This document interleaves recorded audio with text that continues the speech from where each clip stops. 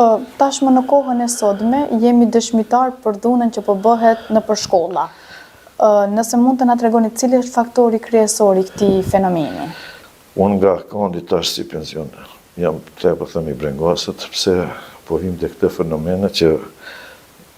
çdo gjë, them në arsim kur filloi politizimi i arsimit, gjitha dukurit negative filluan të shfaqen në përshkolla. Me atë që elaboruan deri tash, persone menaxhuesi i çdo shkolle që ende duhet të rrjedh nga kolektivi. Ato duhet ta zgjedhin atë që mund ta menaxhojnë punën, se nuk është lehtë menaxhohet një institucion,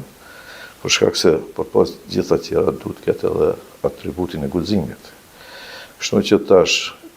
kolektivit duhet pushtetit i plotëson dëshira shkollave,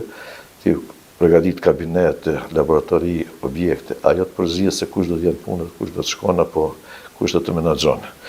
Unë këtë e them, kjo me fillimin e depolitizimit të arsimit, fillon edhe këto dekorit që sot, për fat të keq që teknologjia tash e ka bën vetën, që paraqiten, themi, çdo ditë probleme, por që është më e dhimbshme, them se suksesi tani edhe ka ra. Interesi i nxënësve është shumë i vogël për të arsimuar,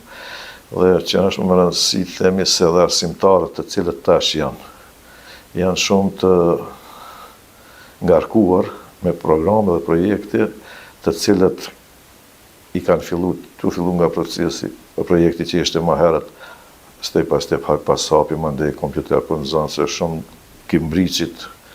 ato projekte të cilët i sjellën Ministria e Arsimit të kohëve, nuk u realizuan asnjëni, për shkak se nuk ishin përgatitur shkollët për të zbatuar këto ndryshime. Këto probleme që nuk menaxhon mirë ministritë, sidomos Ministria e Arsimit, qeveria nuk i parapa këto probleme që do të dalin nga mos përgatitja, si nga ana e shtetit, si nga ana edhe kuadreve të cilët dashkët i zbatojnë këto projekte, edhe te kjo situatë që sot jemi, themi, për fat keq jo mirë.